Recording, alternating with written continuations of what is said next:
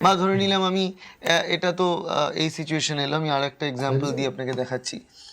এটাকে ধরুন আমার নর্মাল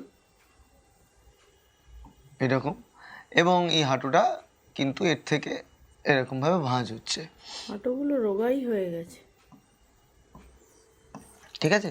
হাঁটুটা সাইড ভাঁজ থেকে হচ্ছে, এবং বেরোচ্ছে। যখনই হাঁটুটা ভাঁজ হচ্ছে এই জেলটা এখানে মাঝখানে থাকার ফলে আমাকে হাঁটু ভাঁজ করতে হেল্প করে, হয়ে গেছে। ঠিক আছে? যখনই ভাঁজ হয়ে হচ্ছে বা গেছে। উঠছে সেইটা আমাদের হেল্প একদম। করে, একটা মোবিলের মতো কাজ করে।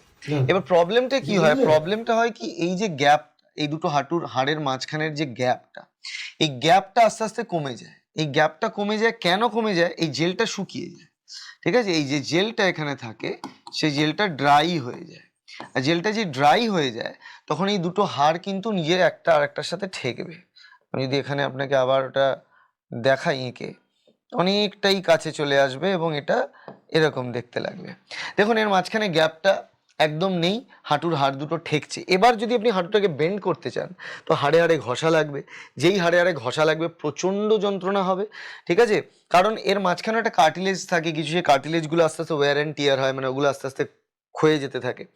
বয়সের সাথে সাথে হয়। কেন হয়? একটা ফ্যাক্টর হচ্ছে এজ, আপনার বয়সের 45+ কোনো মহিলাদের ক্ষেত্রে, এবং 55+ পুরুষদের ক্ষেত্রে এটা খুব সব থেকে বেশি দেখা যায়। দ্বিতীয় যে ফ্যাক্টরটা সেটা হচ্ছে কোনো রকমের ইনজুরি, আপনার যদি দৌড়াদৌড়ি করতে গিয়ে বা কোনো রকম ভাবে খ্যাঁচ লেগে গেছে, বা পাটা আচমকা কোথাও পড়েছে গর্তের মধ্যে, বা সিঁড়ি দিয়ে নামতে গিয়ে ফলস হয়ে গেছে, সেক্ষেত্রে ইনজুরির কারণেও এটা হতে পারে। বা স্পোর্টস যারা অনেক দিন ধরে যুক্ত থাকেন, অনেকে মনে করেন যে আমি তো এক্সারসাইজ করি, আমি তো হাঁটি, আমি তো দৌড়ই, আমি তো সাইক্লিং করি, খুব ভালো, অতিরিক্ত কোনো কিছুই ভালো না। তো ইন দ্যাট কেসও হতে পারে স্পোর্টস ইনজুরির থেকেও, বা এক্সারসাইজ খুব বেশি পরিমাণে যদি হয় সেক্ষেত্রে একটা ড্যামেজের চান্সেস থাকে। এবং আরো কিছু থাকে, নিউট্রিশনাল কজেসও থাকে। নিউট্রিশন একটা আর একটা খুব ইম্পর্টেন্ট পয়েন্ট, কারণ আপনি খাওয়া দাওয়া কিরকম করছেন, কতটা জল আপটেক করছেন, আপনার শরীরে মেটাবলিজম কিরকম আছে, থাইরয়েডের প্রবলেম আছে কিনা, অন্যান্য কোনো ধরনের ইস্যুজ আছে কিনা, অটো ইমিউন কিছু রোগ হয় যেমন রিউমাটয়েড আর্থ্রাইটিস, এইসব রোগের ক্ষেত্রেও কিন্তু এই সমস্যাটা হতে পারে। এবার এটা হয়ে গেল সমস্যা, আমি আপনাদেরকে সমস্যাটা বলে দিলাম। ভিডিওটা একটু বড় হবে, সময় নিয়ে দেখুন। আমি কোনো কিছু বিক্রি করার জন্য ভিডিওটা করতে আসিনি, কিন্তু যদিও ভিডিওটা একটা অ্যাডের ভিডিও, কিন্তু আমি বিক্রি করার জন্য করতে আসিনি, আমি আপনাদেরকে বোঝানোর জন্য করতে এসেছি জিনিসটা কেন হয়, তাই একটু বড় হচ্ছে ভিডিওটা।